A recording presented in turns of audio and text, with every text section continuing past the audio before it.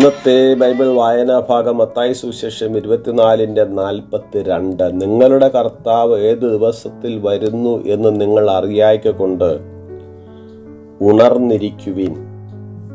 ദൈവതിരുനാമം മഹത്വപ്പെടുമാറാകട്ടെ. യേശുക്രിസ്തുവിന്റെ രണ്ടാം വരവിനെ കുറിച്ച് അനേകം വാക്യങ്ങൾ തിരുവചനത്തിൽ കാണുവാൻ കഴിയുന്നു.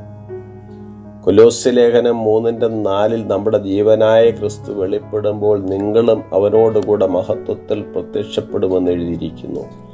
കള്ളൻ രാത്രിയിൽ വരും പോലെ കർത്താവിൻ്റെ നാൾ വരുന്നു എന്ന് നിങ്ങൾ തന്നെ നന്നായി അറിയുന്നുവല്ലോ എന്ന് 1 തെസ്സലോനിക്ക ലേഖനം 5-ാം അധ്യായത്തിൽ നാം വായിക്കുന്നു.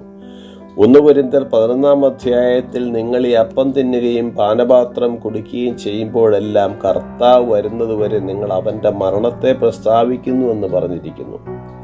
കർത്താവായ യേശുക്രിസ്തുവിന്റെ ഭൂമിയിലേക്കുള്ള മടങ്ങിവരവിന്റെ കൃത്യമായ സമയം ആർക്കും അറിയില്ല. പിതാവായ ദൈവത്തിനു മാത്രമേ അതറിയുകയുള്ളൂ. യേശുവിന്റെ അനുയായികൾ അവന്റെ മടങ്ങിവരവിനായി സദാ സന്നദ്ധരായി ജീവിക്കണം.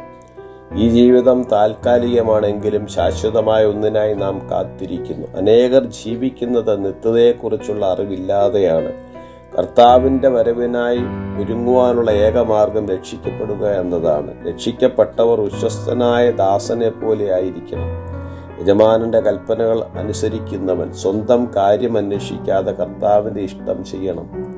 ജാഗ്രതയോടെ യേശുക്രിസ്തുവിന്റെ വരവിനായി കാത്തിരിക്കുമ്പോൾ തന്നെ രക്ഷയെക്കുറിച്ചോ നിത്യതയെക്കുറിച്ചോ ഒരു ധാരണയുമില്ലാതെ ജീവിക്കുന്ന അനേകരെ ക്രിസ്തുവിലേക്ക് ആനയിക്കുവാനും കർത്താവ് നമ്മെ സഹായിക്കുമാറാകട്ടെ.